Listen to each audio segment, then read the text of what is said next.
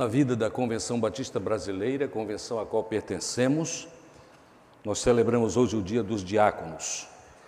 E que alegria nossa, porque nós vivemos sendo abençoados por Deus com estes líderes, que entendemos foram escolhidos por Deus e nós os reconhecemos em bom tempo para sermos ajudados no nosso ministério. Então, o texto oportuno para este momento tem a ver com a escolha dos que foram os precursores desta obra na vida da igreja até nossos dias. Leio, portanto, em Atos, no capítulo 6, a partir do verso 1.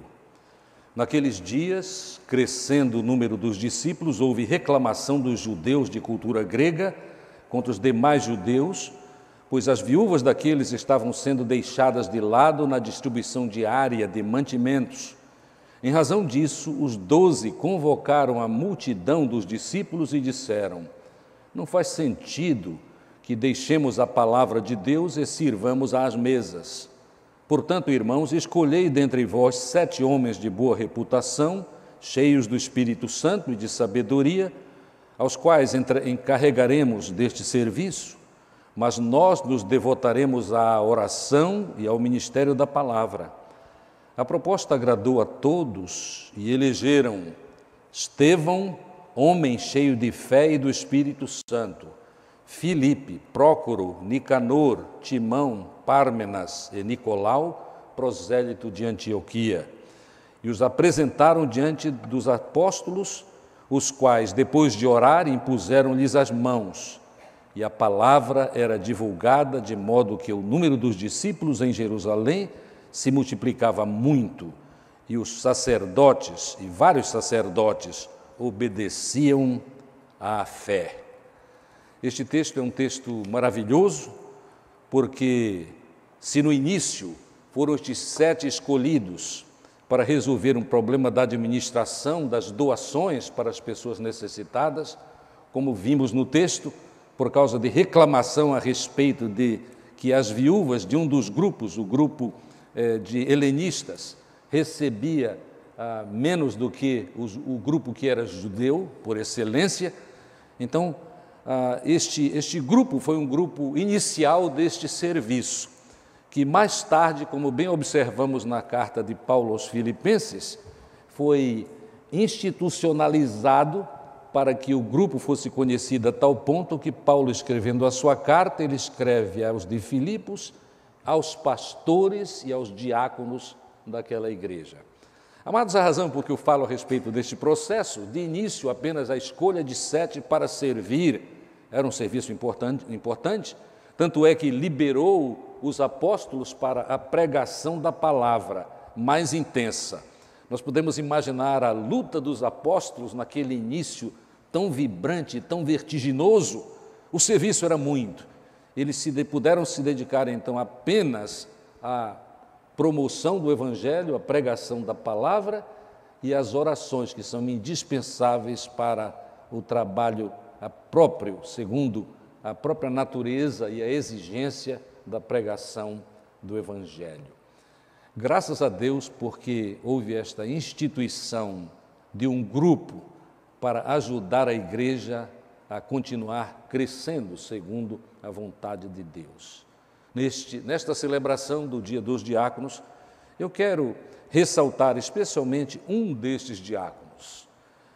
Por que não dizer, é o mais saliente, é o mais fácil de observar de todos os demais, porque a palavra de Deus, nós sabemos, é extremamente seletiva. Nós gostaríamos, eu gostaria imensamente de saber muito mais a respeito de Prócoro, Nicanor, Timão, Pármenas e Nicolau, aquele prosélito de Antioquia. Mas nós não temos dados sobre eles, nós temos dados específicos e muito importantes sobre Estevão e temos dados muito importantes a respeito de Filipe. Os irmãos lembram, não é? Filipe, segundo o relato deste mesmo livro histórico que é o livro de Atos, ele era evangelizador por excelência. E como era obediente. Quando ele ouviu a palavra, ouviu a voz do Senhor, dizendo que ele devia acompanhar a carruagem, ele acompanhou. Ele subiu depois na carruagem. e explicou o Evangelho e terminou batizando o eunuco de Candace. Mas hoje, ainda, quando eu estava aproveitando o tempo para ler mais alguma coisa em 2 livros preciosos que eu tenho a respeito de pessoas da Bíblia que são muito importantes, eu estava lendo os livros de Lasor, William Lasor, e também o livro de um dos grandes pregadores do passado já distante, Alexander McLaren. E eles interpretam de forma maravilhosa estes textos. Eu senti que o assunto hoje deveria ser alguns aspectos da experiência do diácono Estevão. Sim, amados. Estevão, o texto nos diz com muita clareza, o primeiro escolhido, né? Eles elegeram, é bom fazer um parênteses aqui, eles elegeram, quem? O povo de Deus, os discípulos de Jesus Cristo. Eu faço este parênteses porque nós temos esta tradição aqui, e é a tradição de algumas outras igrejas batistas, mas algumas igrejas batistas, infelizmente, têm fugido do padrão bíblico. Quando eu fui pastor em uma outra das igrejas, das 4 que eu tenho servido durante a minha vida pastoral, nós íamos escolher, chegou o momento de escolher diáconos e então eu estava orientando a igreja a respeito do que fazer. E uma pessoa, um líder daquela igreja, me interpelou em uma reunião, porque precisava saber, queria saber e soube, porque o meu papel era exatamente ensinar. Ele fez a seguinte pergunta: Pastor Norton, por que razão nós agora em nossa igreja estamos sendo orientados para escolher, nós, a igreja, escolher diáconos? Eu respondi prontamente, é fácil responder isso, por 2 razões. Uma é que é como foi feito originalmente. Os apóstolos disseram: escolhei dentre vós 7 homens, e colocou logo as características destes, nós sabemos disso. E, aliás, as características para a escolha de diáconos no nosso tempo são auxiliadas também por um texto de Paulo a Timóteo, filho na fé e no ministério, especificamente. E é importante nós reconhecermos que não há uma ética para pastores e uma ética para a escolha de diáconos, não, senhores. Tanto é que, quando nós estamos lendo o texto de Paulo a Timóteo, a respeito de características dos diáconos, as características do diácono são apresentadas da mesma forma, diáconos, da mesma forma, porque assim como aquelas são as características para pastores, são as características de diáconos também. Nós precisamos sempre entender que a ética do Senhor Deus para nós é a mesma, A responsabilidade fica maior porque os líderes têm, inclusive a palavra diz assim: não queiram muitos de vós ser mestres, porque é maior o peso de responsabilidade sobre os mestres. Mas, amados, eu quero dizer para os amados o seguinte: olha, quando nós estudamos a vida de Estevão, nós só podemos ser abençoados. Abençoados porque Deus orienta. Eu quero voltar e dizer para os irmãos, completar, a pessoa que me perguntou naquela reunião, por que nós vamos escolher? A primeira resposta minha foi, porque é bíblico. E a segunda, eles acharam interessante isso na época, mas é o que Deus colocou no meu coração, é para evitar partidarismo pastoral. Sim, senhores, porque todos nós somos sujeitos às mesmas paixões. O pastor que escolhe diáconos pode escolher numa hora de fraqueza para ter mais pessoas para apoiá-lo, como as escolhas, inclusive em conselhos, nós sabemos, no sentido político. Amados, é maravilhoso quando nós não nos envolvemos nestas decisões por motivações escusas à palavra de Deus. E a seriedade, quando as escolhas são feitas conforme a vontade de Deus e conforme a sabedoria que Ele mesmo nos dá para a igreja, nós somos abençoados com um grande número de líderes, diáconos e diaconisas que de fato foram escolhidos, aceitaram a responsabilidade e têm a intenção e continuam trabalhando para que, com as verdadeiras motivações incentivadas pelo Espírito Santo de Deus, cumpram a sua missão, abençoem a igreja, para que a igreja experimente grandes alegrias, para que a igreja experimente paz, para que problemas que naturalmente surgem no meio do povo, é sempre assim, possam ser resolvidos conforme a vontade do Senhor. Este diácono Estevão tinha duas características principais que eu quero comentar, importantíssimas. Ele era homem cheio de fé. Está aqui no verso 5. A proposta agradou a todos e elegeram Estevão, cujo nome significa coroa. Estevão é coroa. Homem cheio de fé, homem cheio de fé. Nem todos homens, nem todos os líderes começam assim, cheios de fé. Mas Estevão, por causa da orientação dos apóstolos para o grupo que estava para resolver aquele grande problema da distribuição de víveres para as viúvas, amados, eles escolheram dentro de critérios, eles foram obedientes aos critérios. E este Estevão começou assim, começou bem. Ele tinha fé verdadeira, A fé que ele tinha, quando eu digo verdadeira, quer dizer, era uma fé completa. A ideia é até uma ideia assim, fabulosa, porque é a fé que alguns imaginavam, não, é fé que não pode crescer mais. Não, realmente não é isso, é fé verdadeira. Ele era cheio de fé. No original tem a ver, ele tinha a fé abundante. A fé abundante produz resultados. Porque sem fé é impossível agradar a Deus, sem fé é impossível cumprirmos a vontade de Deus com grandes vitórias. Esta fé é a mesma que é citada na vida daquela santa mulher que abençoava tanta gente durante a sua vida, Dorcas, que é citada em Atos, no capítulo 9 e verso 36. Isto quer dizer, Estevão tinha a fé viva, distinta, firme. A fé que tinha controlava as suas ações, sustentava a sua vida, porque era a confiança verdadeira no Salvador Jesus. Reconheçamos a importância de começar com fé verdadeira assim. E se a nossa fé não é assim tão abundante, precisamos buscar toda sorte de inspiração, especialmente o estudo da Palavra de Deus, para que busquemos fé assim, que é vitoriosa.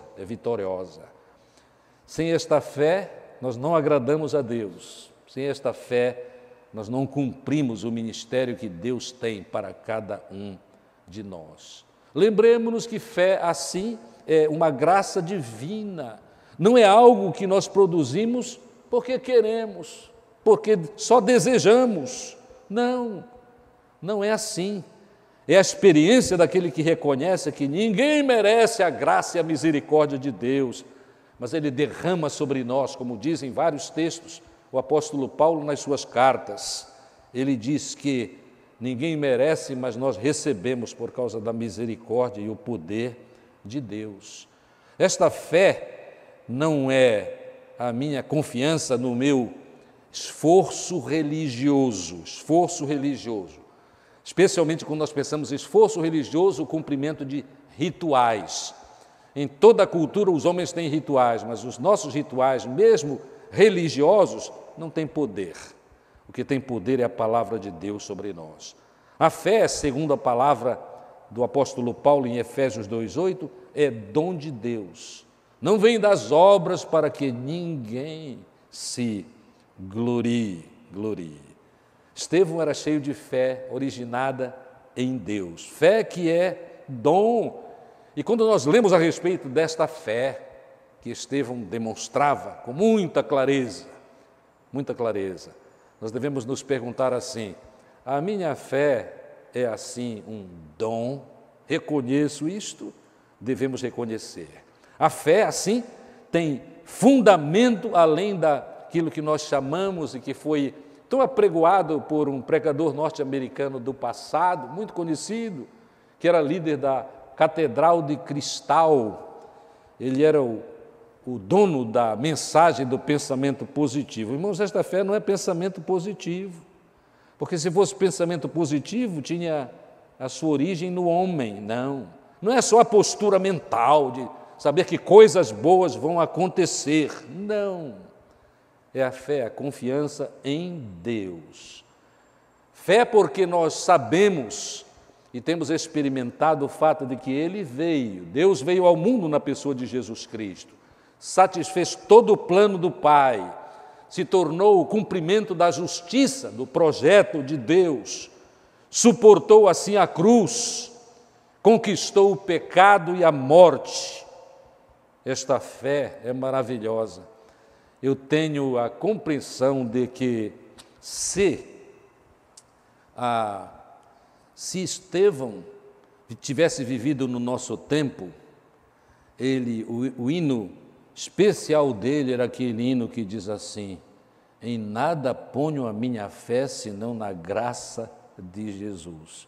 A minha fé e o meu amor estão firmados na graça do Senhor. Eu tenho certeza absoluta disso, porque ele tinha prazer em experimentar tudo aquilo que experimentava.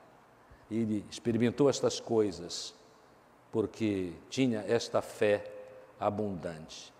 Fé abundante, fé como experiência pessoal. E o homem que tem fé, como teve fé o diácono Estevão, não é aquele que teve só uma experiência lá no passado, experimentou o poder de Deus na sua vida. É alguém que continua com fé, experimentando esta graça todo o dia. Reconheçamos esta fé que devemos desejar e esta fé que devemos exercer, esta fé esperada pelo nosso Senhor Jesus, como nossa experiência pessoal. Ele era também cheio do Espírito Santo. São estas duas coisas principais que são ditas sobre este Estevão. Ele era cheio do Espírito Santo. Esta experiência, estar cheio do Espírito Santo, sempre produz fruto. Fruto do Espírito Santo é o que é ensinado em Gálatas 5, 22. E o texto deve ser repetido, apesar de já muito citado deste púlpito, por mim e por outros pregadores que têm prazer na palavra de Deus. Em Gálatas 5, nós temos a explicação do que é este estar cheio do Espírito Santo. Até a última vez que eu abri a minha Bíblia, a Bíblia tinha Gálatas. Encontrei. Gálatas 5, 22. Quero ler para os irmãos porque é tão importante, pois o texto diz assim: o fruto do Espírito, Espírito Santo, ele era cheio do Espírito Santo. Fruto do Espírito é amor, alegria, paz, paciência, benignidade, bondade, fidelidade, amabilidade e domínio próprio. E contra estas coisas não há lei. Contra estas coisas não há lei. Quem experimenta o fruto do Espírito Santo, é bom lembrarmos que fruto aqui é no singular, não são frutos do Espírito Santo, é fruto. E a ideia, a maneira como devemos interpretar é que Deus, por sua misericórdia, nos dá o fruto, nos dá de uma vez a possibilidade de experimentarmos todas estas virtudes, todas estas maravilhas. Naturalmente que, na medida em que nós permitimos ser cheios, a linguagem é ser cheios do Espírito Santo para produzir estas maravilhas. Meus amados, esta afirmação de que Estevão era cheio do Espírito Santo é citada ali em Atos, capítulo 6, verso 5, mas é também citado novamente no capítulo 7 e no verso 55, porque o texto diz assim, porque nós vamos ver que Estevão era um defensor da fé. Ele foi morto, ele é considerado o primeiro mártir cristão.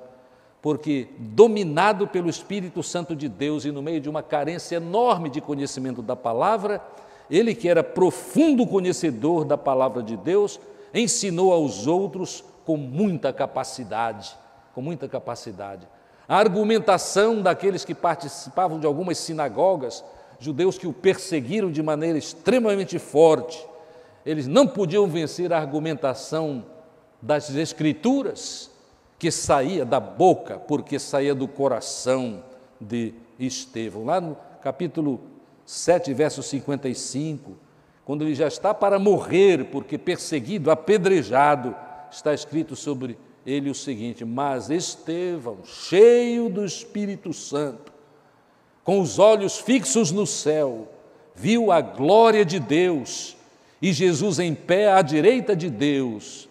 E ele, Estevão, disse: vejo o céu aberto e o Filho do Homem em pé à direita de Deus. E quando ele disse isso, ele foi realmente atacado fortemente e veio a falecer. Nós também enfrentaremos os inimigos com muita segurança se estivermos cheios do Espírito Santo de Deus. Lembremos-nos que ser cheio do Espírito Santo de Deus não é uma experiência apenas para aqueles que nós chamamos de a grande elite espiritual. Às vezes nós temos esta tendência, não é? Pastores, missionários e diáconos, não é só isso não. Todos nós podemos experimentar o Espírito Santo de Deus, como é sabido, graças a Deus.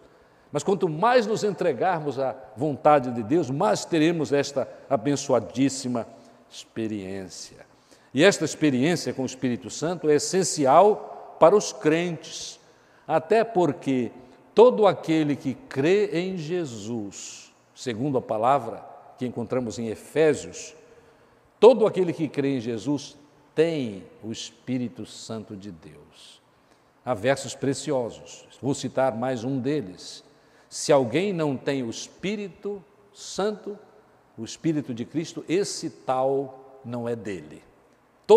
Todo crente tem, mas precisa entregar-se cada vez mais para a voz e a vontade do Espírito Santo de Deus. Tanto é que a linguagem bíblica é deixem-se encher, porque nós não nos enchemos porque temos vontade de estar cheios, não. Nós devemos deixar-nos encher, porque este enchimento é obra do Espírito Santo. Pois é Deus quem opera em nós, nos entregamos a Ele em obediência, Quem é cheio do Espírito Santo, além de produzir este maravilhoso fruto do Espírito, é alguém que valoriza a palavra de Deus. No próprio texto, longo até a respeito da experiência, da perseguição deste defensor da fé, que foi Estevão, ele era profundo conhecedor da palavra de Deus. Tanto é que quando nós analisamos todo o relato histórico que está aqui no livro de Atos, a respeito de como foi o embate, como foi o ensino, como foi a pregação de Estevão naquele dia, quando ele estava defendendo a fé, porque isto se tornou tão necessário, nós podemos catalogar que ele usou, na sua defesa da fé, usou 8 livros do Velho Testamento. Vou citar os livros, porque é um excelente aprendizado. Gênesis, Êxodo, Deuteronômio, Amós, Josué, 2 Samuel, 1 e 2 Crônicas e Isaías. Eu vou ler em Isaías o que temos no discurso de Estevão, apresentando a sua mensagem. É verdade, confrontadora. Alexander MacLaren, do livro a que me referi no início, ele faz muito disso.